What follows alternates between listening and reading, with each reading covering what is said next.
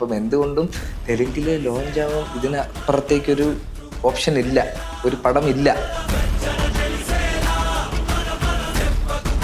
ആഗ്രഹിച്ചിട്ടുണ്ട്. അപ്പോൾ ആഗ്രഹമാണ് മാനിഫെസ്റ്റേഷൻ എങ്കിൽ അതെ, ഞാൻ മാനിഫെസ്റ്റ് ചെയ്യുന്നുണ്ട്. ജനുവിനോടുള്ള സമീപനം ജനുവിൻ ആണെന്നാണ് ഞാൻ വിശ്വസിക്കുന്നത്. ഒരു മായവും ഒരു പരിപാടിയും ഞാൻ ഇതിൻ്റെ ഇടയിൽ കളിച്ചിട്ടില്ല. സിനിമ ഞാൻ ഫസ്റ്റ് ഡേ ഫസ്റ്റ് ഷോ കണ്ട ഒരാളാണ്. നല്ല കാര്യം. Without idli, there is no chutney. Without chutney, there is no idli. ഒരു തിരുവനന്തപുരം സ്ലാങ് ഉള്ള അല്ലെങ്കിൽ ആ ആക്സെന്റ് പിടിച്ചു പോകുന്ന ഒരാൾക്ക് എങ്ങനെ ഇത്ര ഫ്ലുവന്റ് ആയിട്ട് തെലുങ്ക് കൈകാര്യം ചെയ്യാൻ പറ്റും? ഫ്ലുവൻസി ഒന്നും. നീ തമിഴല്ലേ കണ്ടത്? അല്ല, ഞാൻ തെലുങ്ക് പക്ഷേ. തെലുങ്കാണോ കണ്ടത്? എടാ മിടുക്ക, താങ്ക് യുടാ. I'm from Kerala. నా పేరు Venkatesh and you guys can call me Venki, okay? Malayalam ఇండస్ట్రీలో సినిమా సీరియల్లో బ్యాక్గ్రౌండ్ ఆర్టిస్ట్ నుంచి ఒకటి రెండు డైలాగ్ ఆర్టిస్ట్ నుంచి కొన్ని స్మాల్ క్యారెక్టర్స్, దెన్ ఒక హీరో, తమిళ సినిమాలో ఒక villain. Now I came to Kingdom. It took me 9 years. ജീവിതത്തിൽ ആദ്യമായിട്ടാണ് ഇത്ര ഓഡിയൻസിന്റെ ഫ്രണ്ടിൽ ഞാൻ ഇറങ്ങി നിൽക്കുന്നത്. ഇന്ന് രാവിലെ എൻ്റെ ഡയറക്ടർ സാർ എൻ്റെ അമ്മയെ വിളിച്ചിട്ട് പറഞ്ഞു, your sun is A very good actor എന്നൊക്കെ പറഞ്ഞ എൻ്റെ ഇമോഷൻ എൻ്റെ ഉള്ളിലുണ്ട്. പുള്ളി എനിക്കൊരു ഓഡിഷൻ പോലും ചെയ്യാതെ കിങ്ഡം തന്നത് വലിയ കാര്യമാണ്. അത് പുള്ളിയുടെ ഗട്ട്സ് ആണ്. അത് ഇവന്റെ സംസാര രീതി, ഇവന്റെ ആറ്റിറ്റ്യൂഡ്, ഇവന്റെ പരിപാടി എല്ലാം വ്യത്യസ്തമായിരിക്കണം. അത് നീ ഇവിടെ നിന്ന് തുടങ്ങണം. V for Venki. V for Violet. And V for victory. എന്നെ ഒരു 27-28 വയസ്സ് വരെ എൻ്റെ അച്ഛനമ്മയാണ് നോക്കിയത്. വീട്ടുകാര് എൻ്റെ അടുത്ത് എന്തൊക്കെ ഇരുന്നാലും കുഴപ്പമില്ല, നീ പോയിട്ട് ട്രൈ ചെയ്യ്, നീ ജോലിക്ക് പോകണം, നമ്മുടെ അവസ്ഥ മോശമാണ് എന്ന് എൻ്റെ അടുത്ത് പറഞ്ഞിട്ടില്ല. എങ്ങനെ ജെനുവിൻ എങ്ങനെ പറയാൻ പറ്റും? ജെനുവിനല്ല ഉള്ളതാ. അത് അപ്രോച്ച് ജെനുവിനാ. അതുകൊണ്ട് എനിക്ക് ഒരു ഭയമോ പേടിയോ ഇല്ല. വഴി കയറി കുത്തിരിക്കുക എനിക്ക് പോണാൻ പറ്റി. ഇത് ട്രിവാൻഡ്രമാണ്. റൊമാൻറ്റിക് ആണെങ്കിലും ത്രില്ലർ ആണെങ്കിലും റൊമാൻസിന് കുറച്ചും കൂടെ പ്രിഫറൻസ് ഉണ്ട്. കാരണം ഞാൻ ഇതൊരു ചെയ്തിട്ടില്ലാത്തത്. എവിടെ സെറ്റ് ആവാൻ അങ്ങനെ പറയട്ടെ, നമ്മൾ സെറ്റായി. നമ്മൾ സെറ്റ് ആയെന്ന് ആര് പറഞ്ഞു? അല്ലെങ്കിൽ പിന്നെ എന്നെ അമ്മയെ കാണാൻ കൊണ്ടുവരില്ലല്ലോ. അങ്ങനെയല്ലേ പ്രൊഫൈൽ ചെറിയൊരു മധുരപ്രതികാരം ഇല്ല ഇതിനകത്ത്.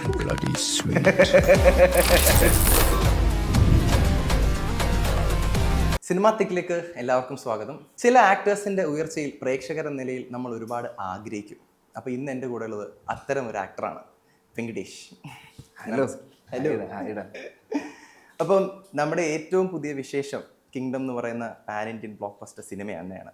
അപ്പം ഇതിൽ ഭയങ്കര ബ്രൂട്ടലായിട്ടുള്ള, ഭയങ്കര ക്രൂവലായിട്ടുള്ള, അല്ലെങ്കിൽ അത്രയും കുറച്ച് ബ്ലഡ് ഷെഡൊക്കെ ഉള്ള ഒരു വില്ലൻ കഥാപാത്രമാണ്. മുൻപുള്ള കഥാപാത്രങ്ങളെല്ലാം കുറച്ച് ഗ്രേ ഷെയ്ഡ് ഉള്ളതാണെങ്കിൽ കൂടി ഇതിൽ കുറച്ചും കൂടി ബ്രൂട്ടലാണ്.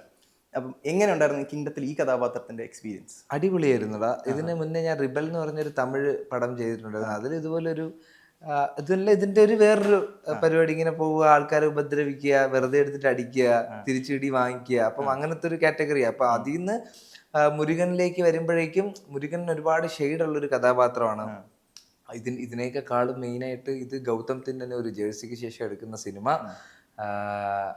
അനിരുദ്ധ് മ്യൂസിക്, വിജയ് സാറ്, സത്യ സാറൊക്കെ ഉള്ള പടം, സിത്താര എന്റർടൈൻമെന്റ്സിന്റെ പ്രൊഡക്ഷൻ. അപ്പം എന്തുകൊണ്ടും തെലുങ്കില് ലോഞ്ച് ആവാൻ ഇതിനപ്പുറത്തേക്കൊരു ഓപ്ഷൻ ഇല്ല, ഒരു പടം ഇല്ല. അപ്പൊ എന്റെ അടുത്ത ചോദ്യം അത് തന്നെയാണ്. അപ്പൊ എങ്ങനെ ഇതിലേക്ക് കാസ്റ്റ് ചെയ്യപ്പെട്ടു?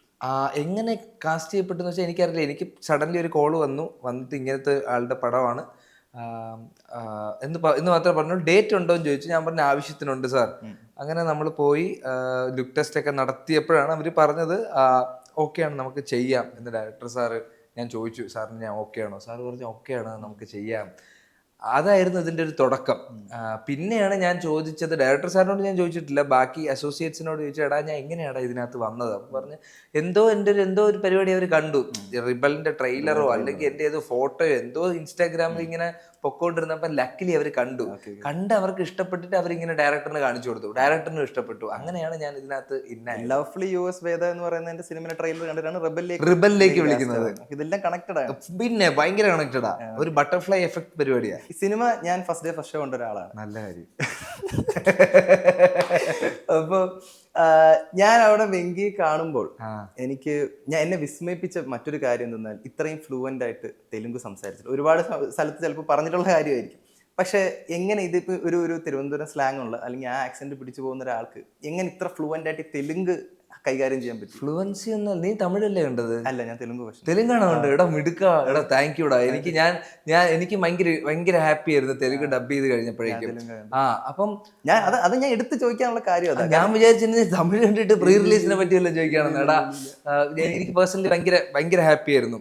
ഇപ്പം ഡയലോഗ് നമ്മൾ കാണാതെ പഠിച്ച് പറയല്ലേ. ഇപ്പൊ നമ്മൾ കാണാതെ പഠിച്ച് പറയുമ്പോ അത് നമ്മുടെ മൈൻഡിൽ എപ്പോഴും ഇരിക്കുമല്ലോ. പിന്നെ നമുക്ക് ഡബിങ്ങിൽ അതിനെ കുറച്ചും കൂടെ ഇമ്പ്രൂവ് ആക്കാം എന്നുള്ള ഒരു അവസരമാണ്.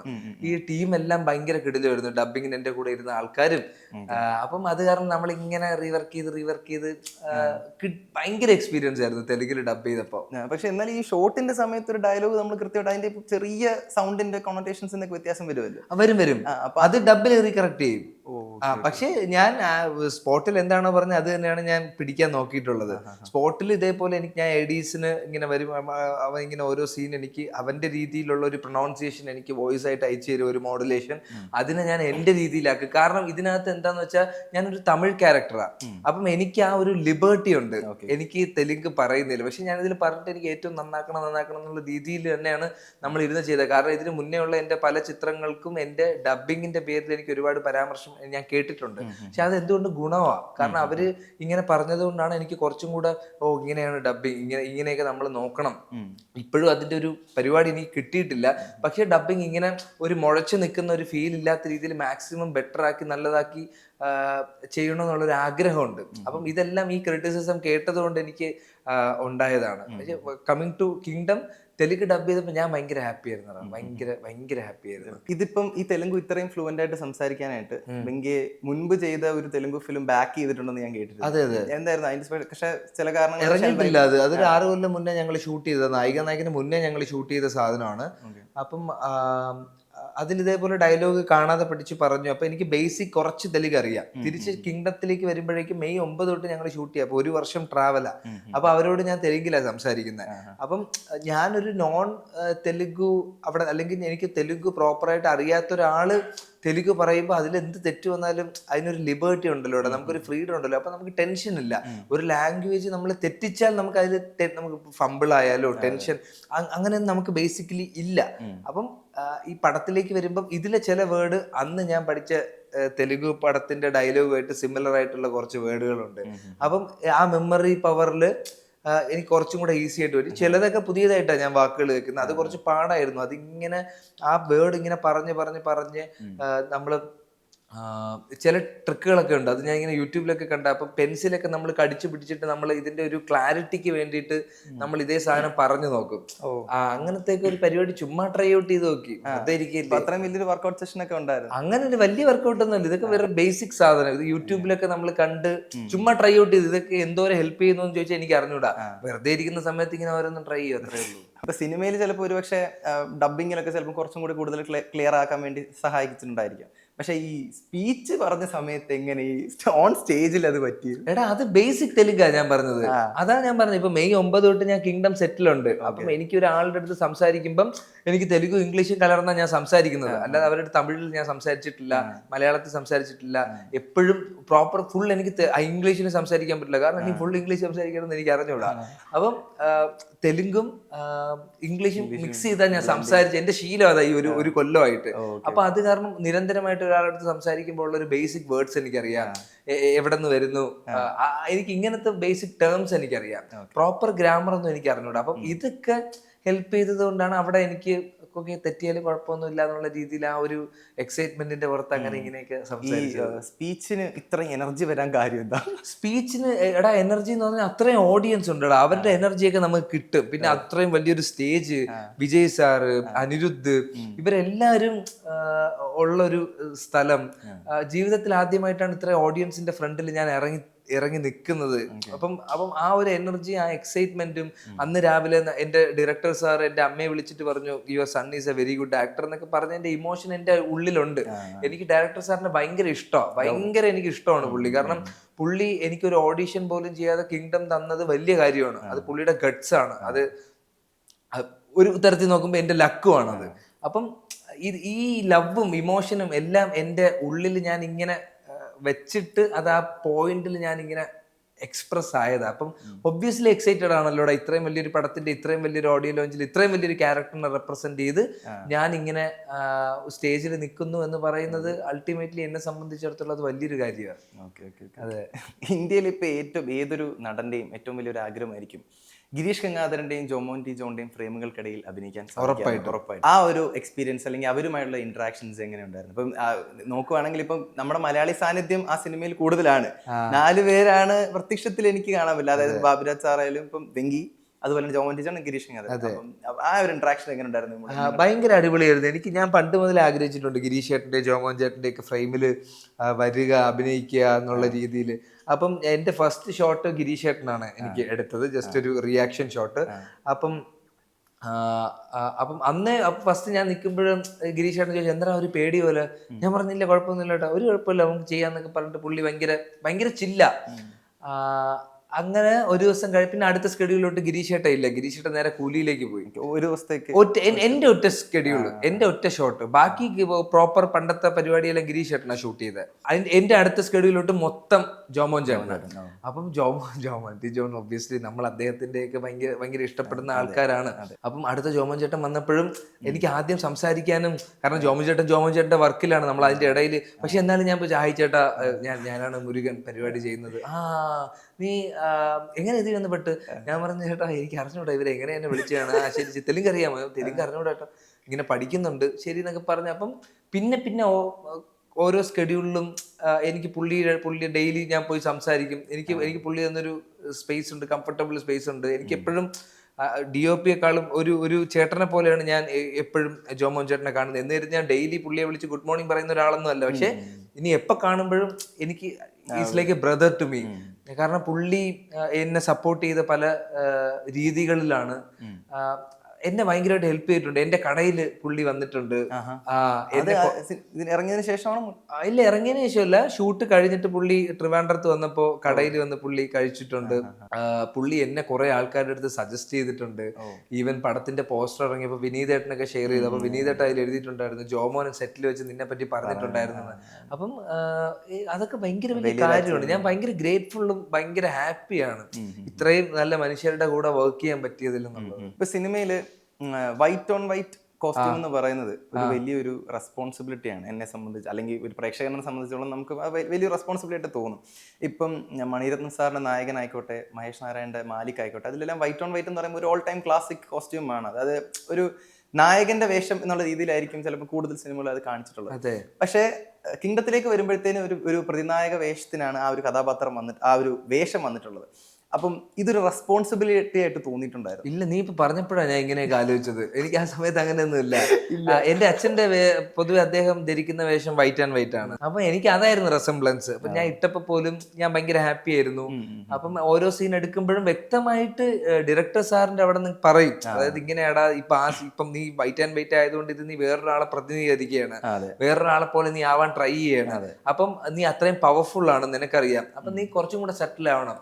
മറ്റേ ഇതിന് മുമ്പുള്ള പോലെ അലർച്ചയോ അല്ലെങ്കിൽ ഇതിന് മുമ്പുള്ള പോലെ ചുമ്മാ കയറി ദേഷ്യപ്പെടുകയോ ഒന്നും അല്ല. ചെറിയൊരു ചിരി, ചെറിയൊരു പരിപാടി പോലെ ഭയങ്കര സട്ടിലായിട്ട് പരിപാടി സംസാരിച്ച് നീങ്ങാന്നായിരുന്നു ഡയറക്ടർ സാറിന്റെ ഇൻസ്ട്രക്ഷൻ. ഇത് മാത്രമേ എന്റെ മൈൻഡിൽ ഉണ്ടായിരുന്നുള്ളൂ. നീ ഇപ്പൊ പറഞ്ഞപ്പോഴാണ് ഇങ്ങനത്തെ. ഓക്കെ. ഒടിയപ്പന്റെ മകൻ മുരുകൻ എന്ന കഥാപാത്രത്തിൽ നിന്ന് മുരുകന്റെ അച്ഛൻ ഒടിയപ്പൻ എന്നൊരു ട്രാൻസ്ഫോർമേഷൻ സിനിമയിൽ പകുതിക്ക് ശേഷം നമുക്ക് കാണാൻ പറ്റും. അപ്പൊ അതെങ്ങനെയാ ശരിക്കും ചെയ്തെടുത്തത്? എടാ അത് ഡയറക്ടർ സാർ, ഞാൻ നേരത്തെ പറഞ്ഞില്ലേ, ഗൗതം സാറാണ്. ഗൗതം സാർ പറഞ്ഞു എടാ ഇങ്ങനെ ഫസ്റ്റ് എന്റെ ഷോട്ട് ഒരു മിറർ സീക്വൻസാ. അപ്പൊ അത് ചെയ്തപ്പോഴേ ഗൗതം സാർ ഇങ്ങനെ പറഞ്ഞായിരുന്നു, എടാ നമ്മൾ ഇതുവരെ മറ്റേത് ചെയ്തു, അത് നല്ലതായിരുന്നു, പക്ഷെ ഇനിയുള്ളതാണ്, അതായത് മറ്റേതിന്ന് ഒരു റെസംബ്ലൻസും തോന്നല്ലേ. ഇവന്റെ സംസാര രീതി, ഇവന്റെ ആറ്റിറ്റ്യൂഡ്, ഇവന്റെ പരിപാടി എല്ലാം വ്യത്യസ്തമായിരിക്കണം. അത് നീ ഇവിടെ നിന്ന് തുടങ്ങണം. അപ്പം ആ മിറർ സീക്വൻസ് ആണ് എന്റെ ഫസ്റ്റ് ഷോട്ട്. പറഞ്ഞു ആ മിററിൽ നീ ആ ഒടിയപ്പന്റെ പഴയ കാലം, നീ അത്രയും ആഗ്രഹിച്ച ആ കാലമാണ് നീ കാണുന്നത്. അപ്പൊ ഇത്രയും ഒരു സ്റ്റേജിലാണ് നീ വന്ന് നിൽക്കുന്നത്. അപ്പൊ നിന്റെ ഇമോഷൻ മൊത്തം നീ അതിനകത്ത് കാണിക്കണം. അത് ഞാൻ ചോദിക്കാൻ ഭയങ്കര ലൗഡ് ആയിട്ടുള്ള ഒരു കഥാപാത്രമായിരുന്നു മുരുകന്റേത്. പക്ഷെ അതിൽ നിന്ന് പെട്ടെന്ന് ഒടിയപ്പന്റെ ചെറുപ്പകാലം എന്നുള്ള തോതിലാണ് ആ വൈറ്റ് ഓൺ വൈറ്റിൽ വന്നപ്പോ ഒരു മിറർ സീനിലൊക്കെ വന്ന് നിൽക്കുമ്പോൾ തന്നെ നമുക്ക് പെട്ടെന്ന് ക്യാച്ച് ആവും. ഓക്കെ, ആൾ ഇവിടുന്ന് മാറി എന്ന് നമുക്ക് അവിടുന്ന് ക്യാച്ച് ആവും. അതാ ഞാൻ ചോദിക്കുന്നത്. അപ്പൊ അത്ര പെട്ടെന്ന് സ്വിച്ച് ചെയ്യാനുള്ള ഇത് ഗൗതം സാറാടാ, ഗൗതം സാറിന്റെ ഇൻപുട്ട്. സാറാ. അതായത് ഫസ്റ്റ് എന്റെ ഷോട്ടേ അതാ. ഇപ്പൊ നിനക്കത് തോന്നി എന്ന് പറയുന്നത് എനിക്ക് വലിയ കാര്യമാണ്. എന്റെ ഏറ്റവും വലിയ ടെൻഷനും അതായിരുന്നു. കാരണം മറ്റേത് കുറച്ചും കൂടെ ചാടി കളിക്കുക, ലൂസായിട്ട് കളിക്കുക കുറച്ചും കൂടെ ഈസിയാണ്. അപ്പൊ ഇത്രയും ഇതിങ്ങനെ അധികം മൂവ്മെന്റ്സ് ഒന്നും ഇല്ലാത്തൊരു പരിപാടി ചെയ്യുക എന്ന് പറയുന്നത് എനിക്കും ഭയങ്കര നല്ല എക്സ്പീരിയൻസ് ആയിരുന്നു. അപ്പൊ ആ മിറർ സീക്വൻസിൽ സാർ എൻ്റെ അടുത്ത് പറഞ്ഞു, ഇതാ ചെറുപ്പകാലം കാണുകയാണ്. പിന്നെ എന്നെ വിട്ടു എന്റെ രീതിയിൽ. അപ്പം ക്യാമറ ഇങ്ങനെ വരും, അതൊരു 1 മിനിറ്റിന് മുകളിലുണ്ട് ആ ഷോട്ട്. അതിങ്ങനെ മൂവ് ആവും, എന്റെ ഇമോഷൻ മൊത്തം ഇട്ട് ഞാൻ ഫുൾ ഡ്രസ്ഡ് അപ്പ് ആയിട്ട് ഞാൻ അവിടെ നിന്ന് ഇറങ്ങുക. അപ്പൊ അതുവരെ എനിക്ക് ഉണ്ടായിരുന്നു. അതെനിക്ക് ഭയങ്കര, പടത്തിൽ എനിക്ക് ഏറ്റവും ഇഷ്ടപ്പെട്ട സീനും, എനിക്ക് ഭയങ്കര പേടിയുണ്ടായിരുന്ന ഒരു സീൻ. അതായത് ഇത് എങ്ങനെ ഞാൻ ചെയ്യുന്ന എനിക്ക് അറിഞ്ഞൂടാ. പക്ഷെ അവിടെ പോയി ചെയ്തപ്പം ഇറ്റ് വാസ് നൈസ്. എനിക്കൊരു പ്രത്യേക ഒരു സെക്കൻഡ് ഇൻട്രോയും പരിപാടിയും ഭയങ്കര സെറ്റപ്പ് ആയിരുന്നു. അപ്പം ഇതുപോലൊരു ഷോട്ടൊക്കെ എന്നെ സംബന്ധിച്ചിടത്തോളം ഭയങ്കര ലക്കി ഷോട്ട്സ് ആണ്, ലക്കി സീൻസ് ആണ് ഒരു ആക്ടറിന്, അല്ലെങ്കിൽ എന്നെ സംബന്ധിച്ചിടത്തോളം ഞാൻ കാണുകയാണെങ്കിൽ.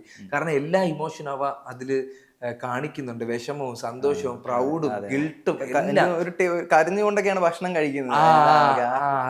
അത് നല്ല രീതിയിൽ സംഭവിച്ചു എന്നുള്ളതിൽ ഭയങ്കര ഗ്രേറ്റ്ഫുൾ ആണ്.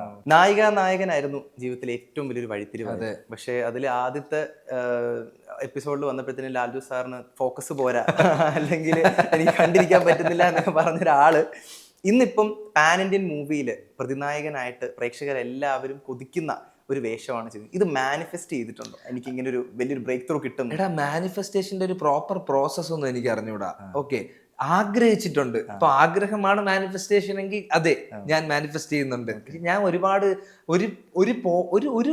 ഇപ്പൊ നായകനിലൊക്കെ ആണെങ്കിൽ ഞാൻ അങ്ങനെ അധികം ആഗ്രഹിക്കുന്ന ഒരാളല്ല. ആഗ്രഹിച്ച് നടന്നില്ലെങ്കിൽ വിഷമം വരുമല്ലോ. പിന്നെ ഒരു പോയിന്റിലാണ് ഇല്ല, ആഗ്രഹിക്കുന്നതിൽ നമുക്ക് തെറ്റില്ലല്ലോ, കാരണം നമുക്ക് അതിനുവേണ്ടി ശ്രമിക്കാം എന്നുള്ള ഒരു സംഭവമാണ്. നായകനില് സാർ അന്ന് അതായത് ഫോക്കസ് പോരാ എന്ന് പറഞ്ഞത് എനിക്ക് പേഴ്സണലി അത് എന്തുകൊണ്ട് നല്ലതാണ്. കാരണം അതിനുശേഷമുള്ള ഓരോ എപ്പിസോഡിലും സാറ് ആ പറഞ്ഞ സാധനം ഉണ്ടല്ലോ, അതായത് ഞാൻ എന്ത് ചെയ്യണം എന്നുള്ള ക്ലാരിറ്റി. ഇപ്പോഴും ഞാനൊരു ഷോട്ട് ചെയ്യുമ്പം സാർ അന്ന് പറഞ്ഞ ഫോക്കസ് ഉണ്ട്, അതായത് ഞാൻ എന്താണ് ചെയ്യാൻ പോകുന്നത് എന്നുള്ള വ്യക്തമായിട്ടുള്ളൊരു ക്ലാരിറ്റി ഡയറക്ടർ സാറിൻ്റെ അടുത്ത് നമ്മൾ ചോദിക്കും. അപ്പം നമുക്കൊരു ബേസ് കിട്ടും. പിന്നെ നമ്മൾ അവിടെ വന്ന് നമ്മൾ അപ്പോൾ ഉള്ള ഒരു മൂഡ് അനുസരിച്ച് നമ്മളൊരു സംഭവം ചെയ്യുകയാണ്. അപ്പോൾ ഡയറക്ടർ സാറിന് അത് ഇഷ്ടപ്പെട്ടെങ്കിൽ പുള്ളി ഇഷ്ടപ്പെട്ടെന്ന് പറയും, ഇല്ലെങ്കിൽ പുള്ളിയുടേതായ സജഷൻ പറയും. പക്ഷെ നമുക്ക് അല്ല, ഇവിടെ വന്ന് എന്താണ് ഞാൻ ചെയ്യേണ്ടത്, പുള്ളി ഒട്ടും വിചാരിക്കാത്തത് വിപരീതമായിട്ട് ഞാൻ ചെയ്യില്ലല്ലോ. പുള്ളി എന്താണ് എക്സ്പെക്ട് ചെയ്യുന്നതെന്ന് ചോദിച്ചിട്ട് അതാ ഇങ്ങനെയൊക്കെയാണ്, ഇതാണ് സീന്. അപ്പം ചിലപ്പോൾ ഇങ്ങനെ ആയിരിക്കും ഇവന്റെ തോട്ട് പ്രോസസ്സ്, നീ ചെയ്തു നോക്കുന്ന പറയും. അപ്പം നമ്മൾ ഇപ്പൊ എന്തെങ്കിലും സജഷൻ ഉണ്ടെങ്കിൽ എനിക്ക് പറയാം. അപ്പം അൾട്ടിമേറ്റ് ക്യാമറയുടെ മുമ്പിൽ വരുമ്പം ഓക്കെ, എൻ്റെ ഒരു പരിപാടി ഇതാണ്, അങ്ങനെ ഞാൻ അത്രയും ക്ലാരിറ്റിയോടെ പോയത്. പിന്നെ നമ്മൾ ആക്ടിവിറ്റി ചെയ്യുമ്പോൾ അത് അവിടെ മാറും, സ്പോട്ടിൽ ഒബ്വിയസ്ലി അത് മാറും, അപ്പുറത്തെ ആളുടെ റിയാക്ഷൻ അനുസരിച്ച് നമ്മുടെ മാറും. അപ്പം പിന്നെ ബേസിക്കലി എന്താ പറയുക, കണ്ണി നോക്കി സംസാരിക്കുക എന്നുള്ളത് ഞാൻ സത്യം പറഞ്ഞ ഇതിലാണ് പ്രോപ്പറായിട്ട്. എനിക്ക് അല്ലാതെ ഞാൻ കണ്ണി നോക്കില്ല, ഒന്നെങ്കിൽ മൂക്കിലോ നെറ്റിയിലോ നോക്കുള്ളൂ ഞാൻ സംസാരിക്കാൻ. കണ്ണിൽ നോക്കി സംസാരിക്കാൻ പഠിച്ചത് ഞാൻ ഇപ്പോഴൊക്കെയാണ്. അതെ.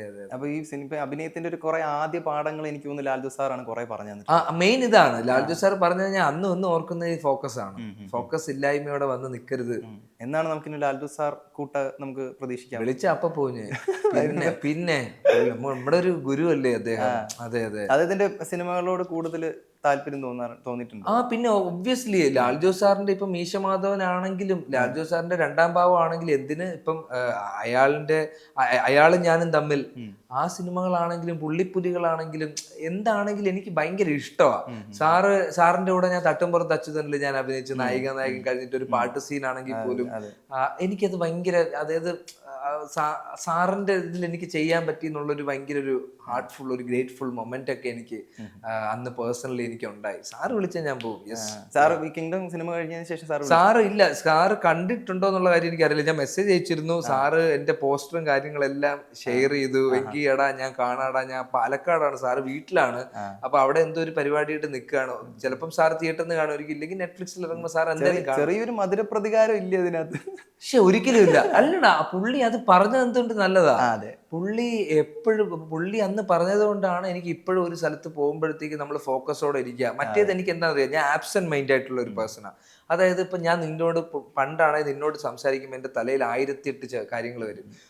അവിടുത്തെ കാര്യം എന്തായി, വീട്ടിലെ കാര്യം എന്തായി, ഇതെന്തായി, ഇത് ഹിറ്റ് ആവോ, അല്ലെങ്കിൽ ഇങ്ങനത്തെ കുറെ കാര്യങ്ങളോളം ഞാൻ ഡിസ്ട്രാക്റ്റഡ് ആയിട്ടാണ് ഓരോ കാര്യങ്ങളും ചെയ്തുകൊണ്ടിരുന്നത്.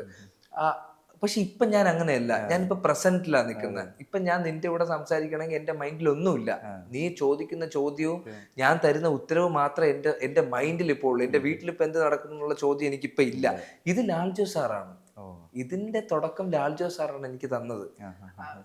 എന്തൊക്കെ എന്നിരുന്നാലും അദ്ദേഹം എന്റെ ഗുരുവാണ്.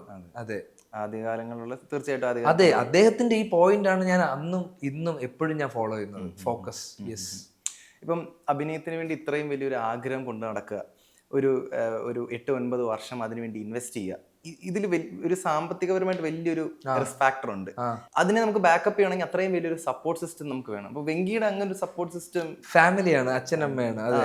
ഇപ്പൊ സാമ്പത്തികപരമായിട്ട് എന്തുകൊണ്ട് എനിക്ക് അങ്ങനത്തെ ചിന്തയില്ല എന്ന് വെച്ചാൽ എന്നെ ഒരു 27-28 വയസ്സ് വരെ എന്റെ അച്ഛനമ്മയാണ് നോക്കിയത്. ഞാൻ പ്രത്യേകിച്ച് വീട്ടിൽ അങ്ങനെ ഇങ്ങനെ ഇപ്പം വെളിപാടിന്റെ പുസ്തകം, ഒടിയൻ, അങ്ങനെ പോകും. ഇപ്പം നായികനിൽ ഇടയ്ക്ക് എന്തെങ്കിലും ഒരു തുക കിട്ടുമ്പം അങ്ങനെയൊക്കെ ഉള്ളൂ. വർഷത്തില് ഒരു 15,000-20,000 രൂപ അതൊക്കെയാണ് എനിക്ക് കിട്ടുന്നത്. ഞാൻ കൊടുക്കുന്നതല്ല. എനിക്ക് വലിയ ചെലവൊന്നും ആ സമയത്തില്ല. പിന്നെ ഇതിന്റെ ഇടയിൽ ചെറിയ വേറെ പരിപാടികളൊക്കെ ചുമ്മാ ഇടയ്ക്ക് ചെയ്യുന്നല്ലാതെ വീട്ടുകാര് എൻ്റെ അടുത്ത് എന്തൊക്കെ ഇരുന്നാലും കുഴപ്പമില്ല, നീ പോയിട്ട് ട്രൈ ചെയ്, നീ ജോലിക്ക് പോകണം, നമ്മുടെ അവസ്ഥ മോശമാണ് എന്ന് എൻ്റെ അടുത്ത് പറഞ്ഞിട്ടില്ല. ഒരു പ്രഷർ ഇല്ലായിരുന്നു. ആ പ്രഷർ എനിക്ക് ഇല്ലാത്തതാണ് എന്തുകൊണ്ട് ഞാൻ ഭയങ്കര ലക്കി എന്ന് കരുതുന്നത്. അത് വലിയൊരു കാര്യമാണ്. വലിയ കാര്യമാണ്. ആഗ്രഹങ്ങൾക്ക് പിന്നാലെ പോകുന്ന സമയത്ത് നമ്മളെ ചിലപ്പം നമുക്കൊരു പിന്നോട്ട് വലിക്കുന്നത് ചിലപ്പോൾ ഇത്തരം റെസ്പോൺസിബിലിറ്റീസ് അല്ലെങ്കിൽ പ്രഷർ ആയിരിക്കും. അപ്പൊ അത് കിട്ടാതെ പോവുക എന്ന് പറയുന്നത് വലിയൊരു കാര്യം. സത്യം. അത് ഫുൾ ക്രെഡിറ്റ്സ് അവർക്ക്, അച്ഛനും അമ്മയ്ക്കുമാണ്. വെളിപാടിന്റെ പുസ്തകം ആയിരുന്നല്ലോ വലിയൊരു ബ്രേക്ക് ത്രൂ അല്ലേ? അപ്പം അതിലേക്ക് എങ്ങനെ എത്തിപ്പെട്ടത്? ഞാൻ ചാൻസ് ചോദിച്ചാ വന്നത്. അപ്പം ഇതിനു മുന്നേ ജൂനിയർ ആർട്ടിസ്റ്റ് ആയിട്ട് ഞാൻ വേറെ പടങ്ങളിൽ ചെയ്തിട്ടുണ്ടായിരുന്നു. അതിനുശേഷം എൻ്റെ ഒരു പടം അനൗൺസ് ചെയ്തത് ഡ്രോപ്പായി. അതിനുവേണ്ടി ഒരു വർഷം പോയി. അപ്പോഴാണ് ഞാൻ ഇങ്ങനെ ഓരോ സിനിമ കാണുമ്പോഴും അതിന്റെ അസിസ്റ്റൻസിനും അസോസിയേറ്റ്സിനൊക്കെ ഞാൻ മെസ്സേജ് അയക്കും, ചേട്ടാ എനിക്ക് സിനിമയിൽ അഭിനയിക്കണമെന്ന് താല്പര്യമുണ്ട്, എന്തെങ്കിലും ഓഡിഷൻ വരുവാണെങ്കിൽ പറയുമെന്ന്. ലിറ്ററലി കോപ്പി പേസ്റ്റാ. അത് എൻ്റെ ഉണ്ടാവും. അതിങ്ങനെ ഞാൻ ഇങ്ങനെ അയച്ചുകൊണ്ടിരിക്കും. ഡെയിലി ഒരു 10-20 പേർക്കും അങ്ങനെ ഞാൻ അയച്ചുകൊണ്ടിരിക്കും. അങ്ങനെ ഒരു മൊമെന്റിൽ അയച്ചതാണ് അനിൽ എബ്രഹാം, ആനന്ദം കണ്ടിട്ട്. പിന്നെ വീണ്ടും ചുമ്മാ ഒരു ചേട്ടാന്ന് അയച്ചപ്പോഴാണ് പറഞ്ഞേട്ടാ ഇങ്ങനെ ഒരു പടം ഉണ്ട്, ഡയലോഗ് ഒന്നുമില്ല, നീ വന്നു നോക്കെന്ന് പറഞ്ഞു. അപ്പൊ ഞാൻ പോയി 19ാമത്തെ ദിവസം എനിക്ക് ഡയലോഗ് കിട്ടി. ഇതേ അനിലേട്ടനാണ് എന്നെ നായകന്റെ ഓഡീഷന് വിളിക്കുന്നത്. അപ്പം ഇതെല്ലാം, അതായത് വെളിപാടിന്റെ പുസ്തകം എന്തുകൊണ്ട് എനിക്ക് ബ്രേക്ക് ആണെന്ന് വിചാരിച്ച, വെളിപാടിന്റെ പുസ്തകത്തിൽ ഞാൻ നിന്നത് കൊണ്ട് മാത്രമാണ് നായകനിലെത്തിയത്. നായകനാണ് എനിക്ക് റെക്കഗ്നീഷൻ തന്നത്. നായകനാണ് സ്റ്റാൻഡപ്പ് തന്നത്. സ്റ്റാൻഡപ്പാണ് പ്രീസ്റ്റ് തന്നത്. അതാണ് കൊക്കോ തന്നത്. സ്റ്റാൻഡപ്പാണ് വേദ തന്നത്. വേദയാണ് റിബല് തന്നത്. റിബലാണ് കിങ്ഡം തന്നത്. വലിയ ആഗ്രഹങ്ങളുള്ള, എന്നാൽ അതിനുവേണ്ടി അത്രയും കഠിനാധ്വാനം ചെയ്യാൻ തയ്യാറുള്ള ഒരാളാണ് വെങ്കി എന്ന് എനിക്ക് തോന്നി. അപ്പം ഇങ്ങനൊരു തെലുങ്കു ലോഞ്ച് എന്തെങ്കിലും ആഗ്രഹിച്ചു, അത് മലയാളത്തിൽ ഇത്രയും സജീവമായിട്ട് നിൽക്കണം എന്ന് ആഗ്രഹിച്ച് വന്ന ഒരാൾ ഒരു തെലുങ്കു സിനിമയിൽ പോയി അവിടുന്ന് വലിയൊരു ബ്രേക്ക് ത്രൂ കിട്ടും, അല്ലെങ്കിൽ വിജയ് ദേവരകൊണ്ടയുടെ പ്രതിനായകനായിട്ടൊക്കെ അഭിനയിക്കാൻ പറ്റും എന്ന് എന്തെങ്കിലും ഇല്ല, അങ്ങനെയൊക്കെ നമുക്ക് വിചാരിക്കാനും പറ്റില്ലല്ലോടാ. അതായത് ഇപ്പൊ എനിക്കിപ്പം തെലുങ്ക് സിനിമ മലയാള സിനിമ എന്നുള്ള വ്യത്യാസമൊന്നുമില്ല. ഏത് ലാംഗ്വേജ് ആണെങ്കിലും എനിക്കൊരു സിനിമയുടെ ഭാഗമാണ്, ആ സിനിമ നല്ലതാണ്, എൻ്റെ ക്യാരക്ടർ എല്ലാവരും നല്ലത് പറയണം എന്നുള്ള ആഗ്രഹം ഉണ്ടായിരുന്നു. അത് എനിക്ക് ലക്കിലി എനിക്ക് ഈ പടത്തിൽ കിട്ടി. ഇനി അടുത്തൊരു പടം ഞാൻ വേറൊരു അറ്റംപ്റ്റ് ഞാൻ അടിക്കും. അപ്പൊ അതിൽ ചിലപ്പോൾ എന്തെങ്കിലും ഡ്രോബാക്ക് ഞാൻ ചിലപ്പോൾ കേട്ടാൽ അത് ഞാൻ തിരുത്തും. പക്ഷെ എൻ്റെ മാക്സിമം എൻ്റെ ഏറ്റവും നല്ലത് കൊടുക്കാനേ ഞാൻ എല്ലാ സ്ഥലത്തും ശ്രമിച്ചിട്ടുള്ളൂ. പിന്നെ ഭയങ്കര കഠിനാധ്വാനമൊന്നും ഞാൻ നടന്നിട്ടില്ല. ബേസിക്കലി ലക്ക് ബേസിസ് ആണ്. എനിക്ക് എല്ലാം നടന്നത് ലക്കാ. അത്രയും ഹോണസ്റ്റ് ആയിട്ട് എനിക്ക് എൻ്റെ ലക്ക് കൊണ്ടാണ് ഞാൻ കയറി വരുമെന്ന് പറയുന്നത് അത് ഭയങ്കര റെയർ എന്നല്ല, അതാണ് വാസ്തവം. ഇപ്പം എനിക്ക് എന്റെ പെർഫോമൻസിന് എന്ത് പ്രശ്നം ഉണ്ടായാലും എനിക്ക് അടുത്തടുത്ത് പടങ്ങൾ കിട്ടി. അതെന്റെ ലക്കാണ്. ഇപ്പം കിങ്ഡത്തില് ചുമ്മാ ഇൻസ്റ്റാഗ്രാമിൽ സ്ക്രോൾ ചെയ്തുകൊണ്ട് പോയപ്പോ എന്തോ ഒരു പരിപാടി കണ്ടിട്ട് എന്നെ വിളിക്കണമെങ്കിൽ അതെന്റെ ലക്കാ. അല്ലാതെ അവര് എനിക്ക് അറിഞ്ഞൂടാ. ഭയങ്കര ലക്കി ആയിട്ടുള്ള അഭിനയം എന്നുള്ള പറയുന്ന ഈ ബിസിനസ്സിൽ അല്ലെങ്കിൽ ഈ ഒരു പ്ലേയില് ലക്കിന് എത്രത്തോളം ഫാക്ടർ ഉണ്ട്? അഭിനയം എന്ന് പറയുന്നത് ഒരിക്കലും ബിസിനസ് അല്ല. അഭിനയം എന്ന് പറയുന്നത് ഒരു കലയാണ്. അഭിനയം എന്ന് പറയുന്നത് കലയ്ക്ക് എത്രത്തോളം ലക്കിന് ഫാക്ടർ ഉണ്ടെന്ന് ചോദിച്ചാൽ എനിക്ക് മറ്റുള്ളവരുടെ കാര്യം അറിഞ്ഞൂടാ. എന്നെ സംബന്ധിച്ചിടത്തോളം ലക്കിനാണ് കൂടുതൽ എന്നെ സംബന്ധിച്ചിടത്തോളം ഫാക്ടർ ഇരുന്നത്. പിന്നെ ഞാൻ വേറെ ഒന്നും ശ്രമിക്കാതെ ഞാൻ അഭിനയം സിനിമ എന്ന് പറഞ്ഞുകൊണ്ടിരുന്നൊരു പയ്യനാണ്. അപ്പം എനിക്ക് സിനിമയോടുള്ള ഇഷ്ടം സിനിമയ്ക്ക് എൻ്റെ അടുത്ത് ഉണ്ടായിരിക്കും. ഞാൻ അങ്ങനെ കാണുക, സിനിമയെ ഒരു വ്യക്തിയായിട്ടും കാണുകയാണ്. അപ്പം അത് ഉണ്ടായത് കൊണ്ടായിരിക്കാം എനിക്ക് ചിലപ്പോൾ ഇങ്ങനത്തെ അവസരങ്ങൾ എനിക്ക് കിട്ടുന്നത്. ഞാൻ എൻ്റെ സിനിമയോടുള്ള സമീപനം ജെന്യുവൻ ആണെന്നാണ് ഞാൻ വിശ്വസിക്കുന്നത്. ഒരു മായവും ഒരു പരിപാടിയും ഞാൻ ഇതിൻ്റെ ഇടയിൽ കളിച്ചിട്ടില്ല. അതുകൊണ്ട് എനിക്ക് സിനിമ എന്നെ നോക്കും എന്നുള്ളൊരു ഇതുണ്ട് എനിക്ക്. ഇതുവരെയുള്ള ചെയ്തിട്ടുള്ള സിനിമകളിലെല്ലാം കഥാപാത്രങ്ങൾ കൂടുതലും കുറച്ച് ഗ്രേ ഷെയ്ഡുള്ള കഥാപാത്രങ്ങൾ. വെങ്കി ശരിക്കും ആഗ്രഹിക്കുന്ന കഥാപാത്രങ്ങൾ എത്തരത്തിലാണ്, അല്ലെങ്കിൽ എത്തരം സിനിമകളാണ് കൂടുതൽ താല്പര്യം? ഞാൻ ആകെപ്പാടെ ഹീറോ ഒരു പരിപാടി നല്ലൊരു ഇതെന്ന് പറഞ്ഞത് വേദയാണ് ചെയ്തത്. അപ്പം നമ്മൾ വിചാരിച്ച പോലൊരു റെസ്പോൺസ് നമുക്ക് അതിൽ നമുക്ക് റിലീസ് സമയവും എല്ലാം ഇതിന്റെ ഒരു ബാധകമാണല്ലോ. പക്ഷെ ഞാനിപ്പം ആഗ്രഹിക്കുന്ന ബ്രോ, എനിക്ക് വില്ലൻ പരിപാടിയിൽ നിന്ന് സ്ട്രൈറ്റ് ഓപ്പോസിറ്റ് ഒരു ഹീറോ പരിപാടി, ഒരു ഒരു ഒരു റൊമാൻറ്റിക് പരിപാടിയൊക്കെ ആഗ്രഹിക്കുന്നുണ്ട്. കാരണം ട്രൈ ചെയ്ത് നോക്കാമല്ലോ ആ ജോണർ. വർക്കൗട്ട് ആയില്ലെങ്കിൽ നമ്മൾ തിരിച്ചും വീണ്ടും വീണ്ടും ട്രൈ ഔട്ട് ചെയ്ത് അതിനെ വർക്കാക്കി എടുക്കുക എന്നുള്ളതാണ്. പക്ഷെ എനിക്ക് ഭയങ്കര ആഗ്രഹമുണ്ട് ഒരു ഹീറോ പരിപാടി. ആംഗ്രി ഹീറോ, ആംഗ്രി ഹീറോ എന്ന മൈൻഡിലില്ല. അതായത് എനിക്കൊരു ഒരു നല്ല വൈബ് ഒരു പടം, ഒരു റൊമാൻറ്റിക് ആണെങ്കിലും ത്രില്ലർ ആണെങ്കിലും. റൊമാൻസിന് കുറച്ചും കൂടെ പ്രിഫറൻസ് ഉണ്ട്, കാരണം ഞാൻ ഇതൊരു ചെയ്തിട്ടില്ലാത്തതിന്റെ ഒരു വല്ലാത്തൊരു ആഗ്രഹമുണ്ട്. അപ്പം അങ്ങനെ കിട്ടിയ പടം എങ്ങാനും നല്ല അടിപൊളിയായിട്ട് പോയാൽ എനിക്കൊരു ബാങ്കബിൾ ആയിട്ടുള്ള ഒരു ആക്ടർ ആവാൻ പറ്റും. എന്നെ വെച്ച് വീണ്ടും ആൾക്കാർ പ്രൊഡ്യൂസ് ചെയ്യാൻ വരും. അപ്പം എനിക്ക് വേറെ വേറെ പരിപാടികൾ ട്രൈ ഔട്ട് ചെയ്യാനും പറ്റും. അപ്പം എത്തരത്തിലെ സിനിമകളെ കാണാൻ താല്പര്യം? ഞാൻ എല്ലാ ജോണറും കാണും, എല്ലാ ലാംഗ്വേജും കാണും. അങ്ങനെ ഒരു ഇന്നർ ജോണർ, ഒരു പർട്ടിക്കുലർ ഇല്ല. കഥാപാത്രമായിട്ട് ഒരു സിനിമയിൽ ഇപ്പം തിരഞ്ഞെടുക്കുവാണെങ്കിൽ കഥാപാത്രത്തിനായിരിക്കും അതോ കഥയ്ക്കായിരിക്കും മുൻതൂക്കം കൊടുക്കുന്നത് കൂടുതൽ? എടാ, അത് ഡിപ്പെൻസ് ആണ്. ഇപ്പൊ ഞാൻ റിബല് ഞാൻ ചെയ്തതെന്ന് വെച്ചാൽ കഥാപാത്രത്തിനാണ് ഞാൻ കൊടുത്തത്. അതായത് തമിഴില് സ്റ്റുഡിയോ ഗ്രീൻ പോലൊരു പ്രൊഡക്ഷനിൽ ഞാൻ ലോഞ്ച് ചെയ്യപ്പെടുകയാണ്, GV സാറ് അഭിനയിക്കുന്ന. അപ്പം അതിലപ്പുറത്ത് മമിത, പിന്നെ ഷാലു ഉണ്ട്. അപ്പം എനിക്കൊരു മെയിൻ ഒരു ആന്റഗോണിസ്റ്റ് പരിപാടി ഞാൻ ലോഞ്ച് ചെയ്യാണ്. അതെന്റെ അവസരമാണ്. അപ്പം ആ കഥാപാത്രം ഇതെന്റെ അവസരമാണ്. ഈ കഥാപാത്രത്തിന് ഒന്ന് പരിപാടി ചെയ്തു നോക്കാം, ഇതിന്റെ മാക്സിമം. അപ്പം അത് ട്രെയിലറൊക്കെ കണ്ടിട്ട് എന്നെ വെട്രിമാൻ സാറൊക്കെ വിളിച്ചു, ഞങ്ങൾ മീറ്റ് ചെയ്തു. അതേപോലെ കിങ്ഡത്തിലേക്ക് വരുമ്പോ ഗൗതം സാർ ആ ജേഴ്സി കേശ എടുക്കുന്ന പടം, കഥാപാത്രം മുരുകൻ, ഒരു മെയിൻ ആന്റഗോണിസ്റ്റ് പരിപാടി. അങ്ങനെയാണ് ഞാൻ കിങ്ഡത്തിന്റെ, എനിക്ക് ഫുൾ സ്ക്രിപ്റ്റ് ഒന്നും എനിക്ക് അറിയില്ല. അപ്പം അങ്ങനെയാണ് നമുക്കൊരു ഇൻസ്റ്റിങ്ക്റ്റ് കിട്ടൂടാ, ഇത് ചെയ്യാം, ഇത് നമുക്ക് പൊളിക്കാം എന്നുള്ളൊരു സാധനം കിട്ടും. അവിടെയാണ് ലോക്കാവുന്നത്. അതെ. ഇപ്പം ആദ്യ സിനിമ ഷെൽഡ് ആയെന്ന് ഞാൻ കേട്ടിട്ടുണ്ട്. പക്ഷെ ആദ്യ ഷോർട്ട് ഫിലിം ഷെൽഡാ. ആണോ? അതെ. എങ്ങനെ ജെനുവിനെ പറയാൻ ജനുവിനല്ല ഉള്ളതാ അത്. അതെന്തുകൊണ്ടെന്ന് അറിയാമോ? അതിന്റെ ഒരു പോസിറ്റിവിറ്റി ഉണ്ട്. ലാലേട്ടന്റെ ഫസ്റ്റ് പടം റിലീസ് ആയിട്ടില്ല. അങ്ങനെ. ഓക്കെ. അപ്പൊ ആദ്യ സിനിമ ഷെൽഡ് ആയെന്ന് ഞാൻ കേട്ടിട്ടുണ്ട്. പക്ഷെ അതിനുശേഷം ഈ കഴിഞ്ഞ 9 വർഷം കണ്ടിന്യൂസ് ആയിട്ട്, അല്ലെങ്കിൽ ഇത്രയും സ്ട്രോങ് ആയിട്ട് ഇതിൽ ഈ ഫീൽഡ്, ഈ ആഗ്രഹത്തിന് വേണ്ടി ഇത്രയും ഇൻവെസ്റ്റ് ചെയ്യാന്ന് പറഞ്ഞാൽ അതിനുള്ള ഇത്രയും പെർസീവിയറൻസ് എവിടുന്നാ കിട്ടുന്നത്? എനിക്ക് അറിഞ്ഞുകൊണ്ടോ ഈ 9 വർഷം ഞാൻ ആ സ്റ്റേജിൽ നിന്ന് പറഞ്ഞപ്പോഴാണ് എനിക്ക് ഞാൻ ഓർക്കുന്നത് 9 വർഷമായല്ലേ. നമുക്കൊരിക്കലും തിരിഞ്ഞു നോക്കിയിട്ടില്ല. കാരണം വർഷത്തിലൊരിക്കൽ അല്ലെങ്കിൽ 1.5 വർഷത്തിലൊരിക്കൽ എനിക്കൊരു സിനിമ കിട്ടുമായിരുന്നു. അപ്പൊ ആ സിനിമ ചെയ്യുന്നു, ആ റിലീസ് ആവുന്നു. അപ്പൊ സമയം പോണെന്ന് അറിയില്ല. ഇതിനകത്ത് 2 വർഷം കോവിഡ് കൊണ്ടുപോയി. അപ്പം ആ സമയം പോകുന്നത് അറിഞ്ഞില്ല. ഇപ്പൊ നോക്കുമ്പോഴത്തേക്ക് ഇത്ര വർഷമുണ്ട്. ബ്രോ, എന്നെക്കാളും എത്രയോ വർഷം ട്രൈ ചെയ്യുന്ന ആൾക്കാരുണ്ട്. എത്രയോ വർഷം. ഇപ്പൊ ജോയ് ചേട്ടന്റെ റെഫറൻസ് തന്നെ നമ്മൾ എടുത്തു നോക്കാം. അപ്പം ഇതിന്റെ ഒരു എന്താന്ന് വെച്ചാൽ എനിക്ക് ഇത് കുറച്ചും കൂടെ കംഫർട്ടബിളാ. എനിക്ക് സിനിമ അതിന് എന്ത് ചീത്തപ്പേര്, ഐ മീൻ പെർഫോമൻസിന്റെ പേരിൽ എന്ത് ചീത്തയായിട്ടുള്ള കാര്യങ്ങൾ കേട്ടാലും അത് ഇമ്പ്രൂവ് ചെയ്യാലോ ബ്രോ. തെറ്റിന്നേ ശരി പഠിക്കാൻ പറ്റുള്ളൂ. അപ്പം ഈ സിനിമ എനിക്കൊരു ഹൈ തരും. ഇത് ഞാൻ 70mm സ്ക്രീനിൽ കാണുമ്പോൾ ഒരു ഹൈ തരും. പുറത്തിറങ്ങി പോകുമ്പോഴത്തേക്ക് ചേട്ടാ ഒരു ഫോട്ടോ എടുക്കട്ടാന്ന് ചോദിച്ചാൽ എനിക്കൊരു ഹൈ തരും. എനിക്ക് ഇത് സിനിമ എന്ന് പറഞ്ഞാലേ ഹൈയാ. നമുക്ക് എപ്പോഴും ഒരു ഹൈ പോയിന്റ് നമുക്ക് ആ പ്രൊഫഷൻ തരും. അതെനിക്ക് വേറൊരു പ്രൊഫഷനിൽ നിന്ന് എനിക്കത് കിട്ടിയിട്ടില്ല. ഞാൻ എന്റെ പെർസ്പെക്റ്റീവ് പറയുന്നത്. അതെ അതെ അതെ. വെങ്കി ഇപ്പം ഓരോ കഥാപാത്രങ്ങളെ ചൂസ് ചെയ്യുന്ന, അല്ലെങ്കിൽ ആ കഥാപാത്രങ്ങളിലേക്ക് ഇഴുകി ചേർന്ന ഒരു പ്രോസസ്സ് കാണുമല്ലോ. ഇപ്പം കിങ്ഡത്തിലെ മുരുകനിൽ നിന്ന് ഒരുപാട് വ്യത്യസ്തപ്പെട്ട കഥാപാത്രമായിരിക്കും സ്റ്റാൻഡപ്പിലെ കഥാപാത്രം.